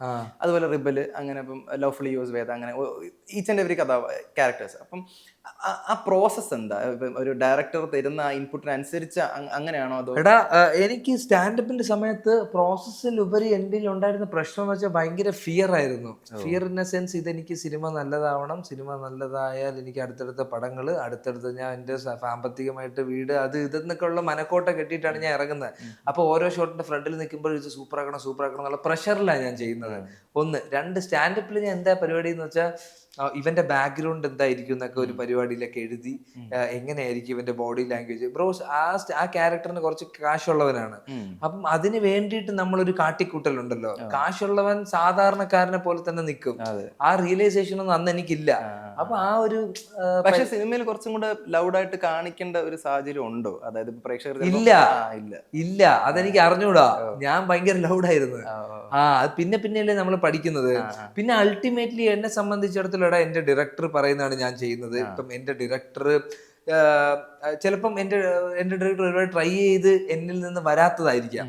അല്ലെങ്കിൽ ചിലപ്പം എന്റെ ഡയറക്ടർ ഹാപ്പിയാണ്. സ്റ്റാൻഡപ്പിൽ എനിക്ക് ഏറ്റവും വലിയ പ്രശ്നം ഉണ്ടായെന്ന് വെച്ചാൽ ഡബിങ്ങിലാണ്. ഡബിങ് ഭയങ്കര പ്രശ്നമായിരുന്നു. പിന്നെ പ്രീസ്റ്റിലേക്ക് വരുമ്പോ പേടിയാണ്, അപ്പുറത്ത് മമ്മൂക്കയാ. അപ്പൊ ഈ അനാവശ്യമായിട്ടുള്ള കുറെ കാര്യങ്ങൾ നമ്മളെ കുറച്ച് ഉപദ്രവിച്ചിട്ടുണ്ട്. ഈ പേടി, കോൺഫിഡൻസ് ഇല്ലായ്മ.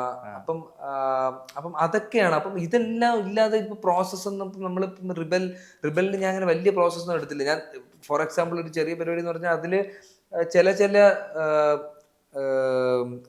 ഡയലോഗ്സ് ഉണ്ട് ഈ പ്രസംഗിക്കുന്ന പരിപാടി. അപ്പൊ ഞാൻ ഞങ്ങളുടെ ഇവിടെ മെക്സിക്കൻ അപാരത സത്യം പറഞ്ഞാൽ അത് ജിനുവിന്റെ കഥയാണെന്നാണ് കേൾക്കുന്നത്. ഇപ്പൊ മഹേഷിന്റെ പ്രതികാരത്തിലെ കമോണ്ടറ മഹേഷ് എന്നൊക്കെ പറയില്ലേ, ഞാൻ അവനെ വിളിച്ചിട്ട് പറഞ്ഞാടാ എനിക്കൊരു സ്പീച്ച് റെഡിയാക്കി തരുമോ. അങ്ങനെ അതൊക്കെ തന്ന് ഞാൻ അതിനെ റിഫൈൻ ചെയ്ത് അങ്ങനത്തെ ചെറിയ ചെറിയ പരിപാടികളൊക്കെ ഉള്ളു. പിന്നെ വൈറ്റ് ആൻഡ് വൈറ്റ് ആയതുകൊണ്ട് തന്നെ ഒരുപാട് ചുളുങ്ങാതെ ഇവൻ കുറച്ച് ആറ്റിറ്റ്യൂഡൊക്കെ ഇട്ട് എന്നാലും ചുമ്മാ എല്ലാത്തിനും പൊട്ടിത്തെറിക്കുന്ന ഒരു ഇവൻ വിചാരിക്കും അത് ബുദ്ധിയാണെന്ന്, പക്ഷെ അതൊരു മണ്ടത്തരവാ. റെഫറൻസ് അതിന് എടുത്തിട്ടുണ്ടോ? ഭീഷ്മ പർവ്വത്തിൽ ഞാൻ കേട്ടിട്ടുണ്ടായിരുന്നു. ഷൈൻ ടോം ചാക്കോ അദ്ദേഹം ഇരിക്കത്ത് പോലും ഇല്ല, എന്തോ ഷർട്ട് ചുളുങ്ങും, ഞാൻ കേട്ടതാ. ചുമ്മാ അങ്ങനെയൊക്കെ ഒന്ന് ശ്രമിച്ചു നോക്കിയാ. മുരുകനിലേക്ക് വന്നപ്പം അങ്ങനെയൊന്നും ഇല്ലായിരുന്നു. മുരുകനിലേക്ക് വന്നപ്പോ ചെറിയ ചെറിയ സിനിമകൾ കണ്ടിട്ട് റിബലിൽ എന്താണോ ചെയ്തത് അത് ഒരിക്കലും വരരുത് എന്നുള്ള കാര്യവും. പിന്നെ ഇപ്പം എങ്ങനെയാന്ന് വെച്ചാൽ ബ്രോ, നമ്മളിപ്പോ ഞാൻ നീ സംസാരിച്ചുകൊണ്ടിരിക്കുകയാണ്. ഇപ്പൊ നമ്മള് ചിലപ്പോ നമ്മൾ ഷൂട്ട് ചെയ്യുന്ന സമയത്ത് ഇപ്പം ഇവിടെ ക്യാമറ വെച്ച് ആക്ഷൻ എന്ന് പറഞ്ഞാൽ നീ ഒരു കഥ പറഞ്ഞു കൊടുക്കുമ്പോൾ ഞാൻ വെറുതെ ഇങ്ങനെ പിടിക്കും, പുതിയ ആക്ടിവിറ്റി എടുക്കും. അതായത് എടാ നീ ഒന്നും ചെയ്യുന്നില്ല, നീ കുറച്ചും കൂടെ ലൈവായിട്ട് നില്ലെന്ന് പറയും. അതർവൈസ് ചിലപ്പോൾ അവരത് ഓക്കെ ആയിരിക്കും. ഇപ്പം എങ്ങനെയാന്ന് വെച്ചാൽ കംപ്ലീറ്റ്ലി ഭയങ്കര സട്ടിൽ സംഭവങ്ങളാ വരുന്നത്. ഇപ്പം ഞാൻ ഇത്രയും നേരം സംസാരിച്ചപ്പോഴും എന്റെ കൈയോ നിന്റെ കൈയോ അനങ്ങിയിട്ടില്ല, മനസ്സിലായോ? അപ്പൊ നമ്മൾ ഇതൊക്കെയാണ് ചിലപ്പം റിയാലിറ്റി എന്ന് മനസ്സിലാക്കുന്നത്. ചിലപ്പോൾ ഇതൊക്കെ റോങ് ആയിരിക്കും, അറിഞ്ഞുകൂടാ. ഞാൻ ഇങ്ങനെയൊക്കെയാണ് പൊക്കോണ്ടിരിക്കുന്നത്. അൾട്ടിമേറ്റ്ലി ഞാൻ ഡയറക്ടർ സാറിനെ ട്രസ്റ്റ് ചെയ്തുകൊണ്ടാണ് ഞാൻ പോകുന്നത്. ഒരു സംവിധായകൻ തരുന്ന ഇൻപുട്ടിനെ അനുസരിച്ച്. തിരുവനന്തപുരം സ്ലാങ് എന്തെങ്കിലും ഒരു ഹിൻഡ്രൻസ് അല്ലെങ്കിൽ ഒരു തടസ്സമായിട്ട് തോന്നി ആയിരുന്നു പണ്ട്? അതായത് ഞാൻ ഇങ്ങനെ ഒരു ട്രിവാൻഡ്രം സ്ലാങ് ഞാൻ ഭയങ്കരമായിട്ട് പറയുമായിരുന്നു. അപ്പൊ പറയുമ്പോഴത്തേക്ക് എന്നെ ചിലർ പറഞ്ഞു എടാ ഇങ്ങനെയാണ് സിനിമയിൽ ഇത് കുറച്ച് പ്രശ്നമാവും ഇങ്ങനെയൊക്കെ ഒന്നും പറഞ്ഞപ്പോ ഞാൻ അതിലൊക്കെ ഓവർ കോൺഷ്യസ് ആയിട്ട്. പക്ഷെ ഇന്ന് എന്റെ മുമ്പിൽ ഇരിക്കുന്ന വെങ്കിക്ക് തിരുവനന്തപുരത്തിന്റെ സ്ലാങ് ഉണ്ടെന്ന് എനിക്ക് ഒട്ടും തോന്നുന്നില്ല. ആണോ? എനിക്കുണ്ട്. ഇപ്പം എന്റെ ഒരു ആരെങ്കിലും വിളിച്ച അളിയ ഡേ ആ പരിപാടി എനിക്ക് വരും, ഉറപ്പായിട്ടും വരും. ഇപ്പൊ ഞാൻ പറയുന്നതിലും ഒരു ട്രിവാൻഡ്രം സ്ലാങ് ഉണ്ട്. പക്ഷെ എനിക്ക് അത്ര ക്ലിയർ ആയിട്ട് എനിക്ക് തോന്നുന്നില്ല. ഞാൻ ഈ പറയുന്നതിലും ഉണ്ട്. പക്ഷെ ഞാൻ ഇത് മനഃപൂർവ്വം പറയണല്ലോ. ഇപ്പൊ ഞാൻ ഇങ്ങനെ സംസാരിച്ച് ഇത് പ്രാക്ടീസ് ഒന്നുമല്ല. ഇപ്പൊ ഞാൻ ട്രിവാൻഡ്രത്തിൽ ആരെങ്കിലും അപ്പുറത്തിരിക്കണ അളിയ അങ്ങനെ ഒന്നുമല്ല മറ്റേടത്തെ പരിപാടി. അപ്പൊ നമ്മൾ സ്വാഭാവികമായിട്ട് നമ്മൾ പറഞ്ഞു അവിടെ വരുന്നൊരു പ്രധാനപ്പെട്ട ലാലേട്ടന്റെ പല സിനിമയിലും നമുക്ക് കാണാം ഡേ കളിക്കാം. അപ്പൊ മൊത്തം ഈ ഡേ വഴി കയറി കുത്തിരിക്കുക എനിക്ക് പോണാൻ പറ്റി. ഇത് ട്രിവാൻഡ്രമാണ്, തേന്മാവൻ കൊമ്പത്തിൽ പറഞ്ഞിട്ടുള്ളതൊക്കെ. അപ്പം എനിക്ക് എന്തിനാണ് ഇങ്ങനെ ഒരു എൻട്രൻസ് എന്നുള്ള പരിപാടിയാണ് ഞാൻ ആലോചിക്കുന്നത്. ഇപ്പൊ ഞാൻ ആലോചിക്കുന്നതെന്ന് പറഞ്ഞാൽ ട്രിവാൻഡ്രമാണ്, ആലോചിക്കുന്നത് എന്ന് പറയുന്നത് വേറെ ഭാഷയെന്ന് നമുക്ക് പറയാം. അപ്പം ഇപ്പം അങ്ങനത്തെ ഒരു കോൺഷ്യസ്നെസ് ഒന്നും എനിക്കില്ല ബ്രോ. മനസ്സിൽ തോന്നുന്ന പറയുന്നത് അത് ഏത് സ്ലാങ് ആണെങ്കിലും കുഴപ്പമില്ല. ഇപ്പൊ പടത്തിൽ വർക്ക് ചെയ്യുമ്പോൾ അവർ പറയാണ് ഇങ്ങനെ ഒരു കോട്ടയം സ്ലാങ് പിടിക്കണം. അപ്പൊ നമ്മൾ അത്ര എഫേർട്ടിട്ട് നമ്മൾ ചെയ്യും. നമ്മൾ ഡയറക്ടർ സാറിന്റെ അടുത്ത് പറഞ്ഞ് ചെയ്ത് തെറ്റിൽ നിന്ന് നമുക്ക് ശരി കൊണ്ടുവരാൻ പറ്റുള്ളൂ. സ്വന്തം ഞാൻ ജനിച്ച തിരുവനന്തപുരത്താ. അപ്പൊ എനിക്ക് ബേസിക്കലി തിരുവനന്തപുരം സ്ലാങ് വരും. അതെനിക്ക് ഒരിക്കലും ഒരു ബാധ്യതയായിട്ട് എനിക്ക് പണ്ട് മാറ്റണം തോന്നിയത് എനിക്കിപ്പം ഒരിക്കലും ഒരു ബാധ്യതയല്ല. ഞാൻ ട്രിവാൻഡ്രത്തിൽ സംസാരിച്ചാൽ എനിക്ക് കുഴപ്പമില്ല. ഇപ്പൊ സിനിമയിൽ വരുമ്പം ആ കഥാപാത്രത്തിന് എന്താണോ വേണ്ട ആ രീതിയിൽ ഞാൻ സംസാരിക്കും. അതെ ഇതിപ്പോ നമ്മൾ ജീവിക്കാണല്ലോ, ഇവിടെ അഭിനയിക്കേണ്ട ആവശ്യമില്ല. അതെ, നായികനിൽ വന്ന സമയത്ത്, അതായത് 4ാം ക്ലാസ്സിൽ സ്റ്റേജിൽ കയറിയ ശേഷം പിന്നെ കയറുന്നത് നായികനാണ് കേട്ടിരുന്നത്. അത് അപ്പൊ ഞാൻ ചോദിക്കട്ടെ, അപ്പം അഭിനയിക്കണം എന്നുള്ള ആഗ്രഹം ആദ്യമായിട്ട് വരുന്നത് ഏത് പ്രായം? അറിയില്ല ബ്രോ. +1 +2 ഒക്കെ ആവും. ക്ലാസ് ഒക്കെ ബങ്ക് ചെയ്ത് കുറച്ച് സിനിമകളൊക്കെ കണ്ടപ്പോഴാണ് സിനിമയോടുള്ളൊരു താല്പര്യം വന്നത്. BCom സെക്കൻഡ് ഇയർ ഒക്കെ ആയപ്പോഴാണ് സിനിമയിൽ അഭിനയിക്കണം എന്നുള്ളൊരു ആഗ്രഹം വന്നത്. അങ്ങനെ അത് നമ്മളെ സ്ക്രീനിൽ കാണണം എന്നുള്ള ആഗ്രഹം കൊണ്ടാണോ, അതോ വേറെ ആളുകൾ അഭിനയിക്കുന്ന കണ്ടോ ഓക്കെ അതുപോലെ എനിക്ക് ചെയ്യണം? അല്ല, നമ്മളെ സ്ക്രീനിൽ കണ്ട ആഗ്രഹം ആയിരിക്കാം. എനിക്ക് പ്രോപ്പറായിട്ട് അറിഞ്ഞൂടെ എന്തായിരുന്നു റീസൺ, അത് എന്താണ് എന്നെ ഡ്രൈവ് ചെയ്ത ഫാക്ടർ എന്ന്. പക്ഷെ ക്ലാസ് വരെ ബങ്ക് ചെയ്ത് എനിക്ക് പടം കാണുമ്പോഴും എനിക്കൊരു എക്സൈറ്റ്മെന്റ് ഉണ്ട്. ഇപ്പൊ ബെസ്റ്റ് ആക്ടർ പടം കണ്ടപ്പോഴും ഒരു എക്സൈറ്റ്മെന്റ് നമുക്ക് കിട്ടും. അപ്പൊ ഏതോ ഒരു പോയിന്റിൽ ഡിസൈഡ് ചെയ്ത് സിനിമയാണെന്നുള്ളത് വീട്ടിൽ പറഞ്ഞപ്പോ MCom PG എടുക്കടാന്ന് പറഞ്ഞു. PG എടുത്തു. പടത്തിലോട്ട് ഇറങ്ങി എന്നുള്ളൊരു പരിപാടിയാണ്. വിജയ് സേതുപതി സാർ പണ്ട് ഒരു അഭിമുഖത്തിൽ പറയുകയുണ്ടായി, അതായത് നമ്മളൊരു കാര്യത്തെ ആഗ്രഹിക്കുകയാണെങ്കിൽ നമ്മളെ ആ കാര്യം തിരിച്ചാഗ്രഹിക്കും. അതെ, നമ്മളത് ഇവിടുന്ന് നമ്മൾ സെർച്ച് ചെയ്ത് പോകുമ്പോൾ അത് നമ്മൾ ഇവിടുന്ന് ഇപ്പുറത്ത് നമ്മൾ അപ്പൊ ഇന്റർസെക്ട് ചെയ്യുന്ന സമയത്താണ് നടക്കുന്നത്. അതിൽ വിശ്വസിക്കുന്നുണ്ടോ? അതായത് പിന്നെ പിന്നെ ഞാൻ ആഗ്രഹിക്കുകയാണ്, എനിക്ക് സിനിമ അത് തരുന്നുണ്ട്. എന്റെ ഇത് ജെനുവിനാ ബ്രോ, എന്റെ അപ്രോച്ച് ജെനുവിനാ. അതുകൊണ്ട് എനിക്ക് ഒരു ഭയമോ പേടിയോ ഇല്ല. അതെ, എനിക്ക് പ്രൊഫഷൻ ഇഷ്ടമാണ്. ഞാൻ ഇഷ്ടമുള്ള പരിപാടി ചെയ്യണം. പൈസ അങ്ങനത്തെ ഒരു ഡബിൾ മൈൻഡ് പരിപാടി ഞാൻ ഇതിനകത്ത് ചെയ്തിട്ടില്ല. അതുകൊണ്ട് എനിക്ക് ഇതുവരെയും എനിക്ക് സിനിമയാണ് എന്നെ നോക്കിയത്. ഇതുവരെയും ഞാൻ എന്തൊക്കെ പരിശ്രമിച്ചിട്ട് ഞാൻ വെറുതെ ഇരിക്കുമ്പോഴും എനിക്ക് സിനിമ വന്നിട്ടുള്ളത് അത്രയും എന്നെ ടേക്ക് കെയർ ചെയ്യുന്നത് സിനിമയാണ്. അതെ. ഇന്നിപ്പം ദേശീയ പുരസ്കാരങ്ങൾ ഇന്നിപ്പം ബാഗ് ഇന്ന് കൂടുതൽ അർഹതപ്പെട്ടവരല്ല എന്നുള്ളൊരു പ്രേക്ഷകരുടെ ഒരു അഭിപ്രായമുണ്ട്. ഒരു അഭിനേതാവ് എന്ന നിലയിൽ മികച്ച പ്രകടനം കാഴ്ചവെച്ചിട്ട് എതിരാളികൾ ഇല്ലാതെ അവാർഡ് നഷ്ടപ്പെടുക എന്ന് പറയുന്നത് അതൊരു ഫൗൾ പ്ലേ ആയിട്ട് എനിക്ക് അറിഞ്ഞൂടാ ബ്രോ. അങ്ങനത്തെ ഒരു പൊളിറ്റിക്സിലോട്ട് എനിക്ക് കടക്കണമില്ല. അപ്പൊ ഇപ്പോഴത്തെ ഒരു ഇപ്പം ആ ജഡ്ജ് അവിടെ ഇരിക്കുന്ന ആ ജൂറി ടീം ഉണ്ടല്ലോ, അപ്പൊ അവർക്ക് ചിലപ്പം വർക്കായത് ഷാരൂഖ് ഖാൻ അദ്ദേഹത്തിന്റെ ജവാൻ എന്ന് പറഞ്ഞ പെർഫോമൻസ് കൊണ്ടായിരിക്കാം. എനിക്ക് പേഴ്സണലി വർക്കായത് രാജുവേട്ടനാണ്, പൃഥ്വിരാജ് അദ്ദേഹമാണ്. ഞാൻ ആടുജീവിതം കണ്ട് പുള്ളി എടുത്ത എഫേർട്ടിന് എനിക്ക് വർക്കായത് അതാ. ജൂറി ടീം ചിലപ്പോൾ അവർക്ക് വർക്കായത് അതായിരിക്കും. നമുക്ക് അതിനോട്ട് ഇടപെടാനോ ഒന്നും പറ്റൂല. അൾട്ടിമേറ്റ്ലി ഈ അവാർഡ് എന്ന് പറയുന്നത് ഇപ്പൊ ആൾക്കാർ ഇപ്പൊ പറയുന്നില്ല. ഇപ്പൊ ഞാൻ പറഞ്ഞില്ലേ, ഈ അവാർഡ് എന്നെ സംബന്ധിച്ചിടത്തോളം രാജുവേട്ടനാണ് ഈ അവാർഡ് എന്ന് പറയുന്നത്. ഇതാണ് അവാർഡ്. അതെ അതെ അതെ. ഞാനെന്ന് പറയുന്ന ഒരു സമൂഹം മൊത്തം പറയുന്നുണ്ട് രാജുവേട്ടന് ഇത് കിട്ടണം. ഒരു പോയിന്റിൽ അപ്പുറത്തുണ്ട് ഇപ്പം രൺബീർ കപൂർ അനിമലില് കിട്ടില്ല പെർഫോമൻസ് ആയിരുന്നു. പക്ഷെ നമുക്ക് പേഴ്സണലി പടം കണ്ടപ്പോഴേക്കും എന്റെ അമ്മ ഇങ്ങേരിത് ഇത് എനിക്ക് രണ്ടിലും കിട്ടി. പക്ഷെ രാജുവേട്ടന് കുറച്ചും കൂടെ ഒരു ഔട്ട്സ്റ്റാൻഡിങ് എഫേർട്ടും അദ്ദേഹത്തിന്റെ ഭാഗത്തുനിന്ന്. കാരണം അദ്ദേഹത്തിന്റെ ഒരു ബോഡി ലാംഗ്വേജോ അതോ ഒന്നും അല്ലാത്തൊരു പരിപാടിയാണ്. ഒരു പോയിന്റിൽ പുള്ളിയുടെ ആ ഷർട്ട് ഡ്രസ് പോകുമ്പോ ഒരു സാധനമുണ്ട്, തിയേറ്ററിൽ കണ്ട എല്ലാരും തലയെ കൈവച്ച് കാണും. മെഷീനിസ്റ്റിലെ നമ്മുടെ ക്രിസ്ത്യൻ ബെയിലിന്റെ അതേ ഒരു റെഫറൻസ് ഒക്കെ പോലത്തെ അത് ഗംഭീര ഇതായിരുന്നു. ഒരു നടൻ എന്ന രീതിയിൽ അപ്പൊ അവാർഡുകളെക്കാളും കൂടുതൽ വെങ്കിക്ക് താല്പര്യം പ്രേക്ഷകരുടെ അപ്ലോസ് ആണ്. അതെ, കാരണം ഇവര് അപ്ലോസ് ചെയ്ത് എന്റെ പടം കൈയടിച്ചാൽ എനിക്ക് സിനിമ കിട്ടുള്ളൂ. പിന്നെ നമുക്ക് അവാർഡ് എന്ന് പറയുന്ന ഒരു ബോണസ് ആണ്, അതിനൊരു വേറൊരു റെക്കഗ്നിഷൻ ആണ്. ഇപ്പൊ എനിക്ക് അവാർഡ് കിട്ടി ഞാൻ സന്തോഷിക്കും. ഇത് എനിക്ക് ഡിസേർവ് ചെയ്യുന്ന അല്ല ഞാൻ വിചാരിക്കൂല. എനിക്ക് കിട്ടുകയാണെങ്കിൽ ഞാൻ സന്തോഷിക്കും. പക്ഷെ എനിക്ക് അൾട്ടിമേറ്റ്ലി എനിക്ക് അവാർഡ് എങ്ങനെ കിട്ടും? എന്റെ പടം ഇറങ്ങണം. എന്റെ പടം ഇറങ്ങണമെങ്കിൽ എന്ത് ചെയ്യണം? പ്രൊഡ്യൂസർ വരണം. പ്രൊഡ്യൂസർ വരണമെങ്കിൽ ആൾക്കാർ പടം കാണണം. എനിക്ക് അൾട്ടിമേറ്റ് എയിം എന്ന് പറഞ്ഞാൽ എന്റെ പടം ഇറങ്ങുമ്പോൾ ആൾക്കാർ തിയേറ്ററിൽ പോയി കണ്ടിട്ട് പടം കൊള്ളാം. എനിക്ക് അതാണ് ഹൈ. അവാർഡ് കിട്ടി അത് വേറൊരു ഹൈ. അത് ഇപ്പൊ കിട്ടിയില്ലെങ്കിൽ എനിക്ക് ആ ഹൈക്ക് പ്രശ്നമൊന്നുമില്ല. അൾട്ടിമേറ്റ്ലി ഞാൻ ഒരു ബാങ്കബിൾ ആക്ടർ ആവണം എന്നുള്ളതാണ്. പ്രോഫിറ്റബിലിറ്റി ആളുകളിൽ യെസ്, ആളുകളിൽ ഇപ്പം പറയില്ലേ, എടാ അവന്റെ പടം ഇറങ്ങി പോയി നമുക്ക് അല്ലെങ്കിൽ മറ്റേ അവനാണ് നായകൻ, നമുക്ക് പടം പോയി കണ്ടാലാ എന്ന് പറയുന്ന ഈ ഒരു ഡയലോഗ് ഉണ്ടല്ലോ, ഇതാണ് അവാർഡ്. തീർച്ചയായിട്ടും ഇതുണ്ടെങ്കിലേ എനിക്ക് അത് കിട്ടുള്ളൂ. ഇതുണ്ടെങ്കിലേ സിനിമയും കിട്ടുള്ളൂ. എനിക്ക് അതാണ് ഫസ്റ്റ് വേണ്ടത്. ഏറ്റവും ആദ്യം ഒരു ബാങ്കബിൾ ആയിട്ടുള്ള ആക്ടർ. സത്യം ബ്രോ. ഇതിന്റെ കൂടെ അത് കിട്ടിയ ലോട്ടറിയാ. അത്രേ ഉള്ളൂ. കിങ്ഡത്തിലെ കഥാപാത്രത്തെ എടുക്കുവാണെങ്കിൽ അത് കുറച്ച് കോംപ്ലക്സ് ആണ് കഥാപാത്രം. അത് മുരുകന്റെ കഥാപാത്രം കുറച്ച് കോംപ്ലക്സ് ആണ്. അതായത് അത് ഒരു ഫാദർ ഫിക്സേഷൻ ഒക്കെ ഉള്ള, അല്ലെങ്കിൽ അച്ഛന്റെ കുറച്ച് ഇമോഷണലി കുറച്ച് കണക്റ്റഡ് ആയിട്ടുള്ള, എന്നാൽ പ്രത്യേക സാഹചര്യത്തിൽ തിരിഞ്ഞ് പെരുമാറേണ്ടി വരുന്ന ഒരു. അപ്പൊ അത് എങ്ങനെയാണ് അത് ഏറ്റെടുത്തത്? ബ്രോ എനിക്ക് അങ്ങനത്തെ അത്രയും ഇല്ല, ഞാൻ ആലോചിക്കാറുമില്ല. ഇങ്ങനത്തെ പ്രോസസ്സ് ഞാൻ ആലോചിക്കാറുമില്ല. ഞാൻ കംപ്ലീറ്റ്ലി ഡയറക്ടറിനെ ട്രസ്റ്റ് ചെയ്താണ് വരുന്നത്. ഞാൻ ചെയ്യേണ്ടത് ഇപ്പൊ ഡയറക്ടർ കണ്ടപ്പോൾ പറഞ്ഞാ വെയിറ്റ് കൂട്ടണം, ഞാനത് കൂട്ടി. ഇതുമായിട്ടുള്ള ഈ ചാടിത്തുള്ളി നിൽക്കുന്ന ആ റെഫറൻസ് പരിപാടി ഞാൻ കുറച്ച് സിനിമകളിലൊക്കെ കണ്ടു. പിന്നെ നമ്മളിത് ചെയ്ത് നമുക്ക് ഇതിന്റെ ഒരു പരിപാടി കിട്ടുള്ളൂ. ഇത്രയും സീൻ ഉണ്ടെന്ന് എനിക്കറിയില്ല കഥ പറഞ്ഞപ്പോ. അപ്പൊ ഇങ്ങനെ ബാഗേജ് ആയിട്ട് എനിക്ക് ആലോചിക്കേണ്ടിയും വന്നില്ല. അവിടെ പോയി നിന്നിട്ട് നമ്മള് അത് സംഭവിച്ചതാ. അത് അൾട്ടിമേറ്റ്ലി അത് എങ്ങനെയൊക്കെ ദൈവം സഹായിച്ച് പരിപാടി സംഭവിച്ചതാ. അതെ. ഓക്കെ. 9 yearsന്റെ സ്ട്രഗിൾ എന്ന് നമ്മൾ നേരത്തെ സംസാരിച്ചെങ്കിലും ഈ 9 yearsഉം ഒരു ലേണിംഗ് പ്രോസസ് ആയിട്ട്, പിന്നെ എക്സ്പീരിയൻസ് അല്ലേ അതിന് എങ്ങനെയാ ത്രൂ ദി ഇയേഴ്സ് എങ്ങനെയാ ബ്രോ? അത് എക്സ്പീരിയൻസ് ആണ്. എന്താണെന്നറിയാമോ, ഇപ്പോ വെളിപാടിന്റെ പുസ്തകത്തിൽ നമ്മൾ ബാക്ക്ഗ്രൗണ്ട് ആർട്ടിസ്റ്റ് ആയിട്ട് നമ്മൾ നിൽക്കുന്നു. ക്യാമറ വെക്കുന്നു, നമ്മൾ മാസ്ക് ആവോ ഇല്ല എന്നുള്ള കാര്യം നമുക്ക് കിട്ടും. നമുക്ക് കുറച്ച് നിന്നാൽ മാസ്ക് ആവൂല. അതൊരു ലേണിംഗ് പ്രോസസ്സാണ്. നായികനിൽ വന്നു, നായികനിൽ വന്നപ്പോൾ ഈ സാറ് പറഞ്ഞ ഫോക്കസ് ഇല്ലായ്മ അതൊരു ലേണിംഗ് പ്രോസസ്സാണ്. അവിടെ വന്ന് നമ്മൾ ഓരോ പരിപാടി ചെയ്യുമ്പോഴും അതൊക്കെ എനിക്ക് കിട്ടിയിട്ടുണ്ട്. ഇപ്പം സ്റ്റാൻഡപ്പിലാണെങ്കിലും ഡബിങ് എന്ന് പറയുന്ന ഒരു ലേണിംഗ് പ്രോസസ്സാണ്. ഞാൻ ഈ ചെയ്ത ഓരോ സിനിമയിലും ഞാൻ തന്നെയാണ് ഡബ് ചെയ്തത്. അപ്പോൾ അത് കാരണം എനിക്ക് ഓരോ ഡബ് കഴിയുമ്പോഴും അതെനിക്ക് ഓരോ പഠനവും കാര്യങ്ങളും ഒക്കെയാണ്.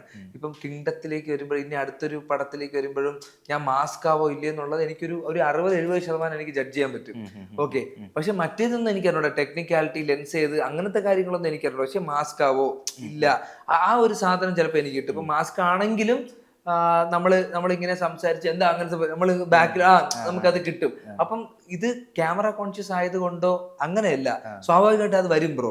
ഒരുത്തം വന്ന് നമ്മളെ ഫ്രണ്ടിൽ ഇങ്ങനെ നിൽക്കുമ്പോഴത്തേക്ക് ചിലപ്പോൾ നമ്മൾ കട്ട് വിളിക്കും, ചേട്ടാ സാർ മാസ്ക് ആയി പോയി എന്ന് നമുക്ക് തന്നെ തോന്നും. മനസ്സിലായില്ല? അപ്പൊ ഇതെല്ലാം ഇവിടെ നിന്നാണ് ഈ വെളിപാടിന്റെ പുസ്തകം, മിഴി തുറക്കൂ, ഇതിൽ നിന്നൊക്കെയാണ് നമുക്കത് കിട്ടിയിട്ടുള്ളത്. ഒരിക്കലും ഒരു വേസ്റ്റ് എന്നുള്ളതല്ല, ഒരിക്കലും ലേണിംഗ് പ്രോസസ്സാണത് അൾട്ടിമേറ്റ്. അത് തീർച്ചയായിട്ടും. അതെ. അപ്പോൾ ഇനിയും ഒരുപാട് ഉയരങ്ങൾ അച്ചീവ് ചെയ്യാൻ പറ്റട്ടെ എന്ന് ഞാൻ ആഗ്രഹിക്കുന്നു. ഇന്ന് പ്രേക്ഷകരെല്ലാവരും ഉടനീളം ആഗ്രഹിക്കുന്നത് തന്നെയായിരിക്കും എനിക്ക് ഇനി മുൻപോട്ട് മലയാളത്തിൽ മികച്ച സിനിമകൾ കിട്ടട്ടെ, മികച്ച കഥാപാത്രങ്ങൾ കിട്ടട്ടെ എന്ന് ഞാൻ ആഗ്രഹിക്കുന്നു. Thank you. എടാ thank you so much. Thank U.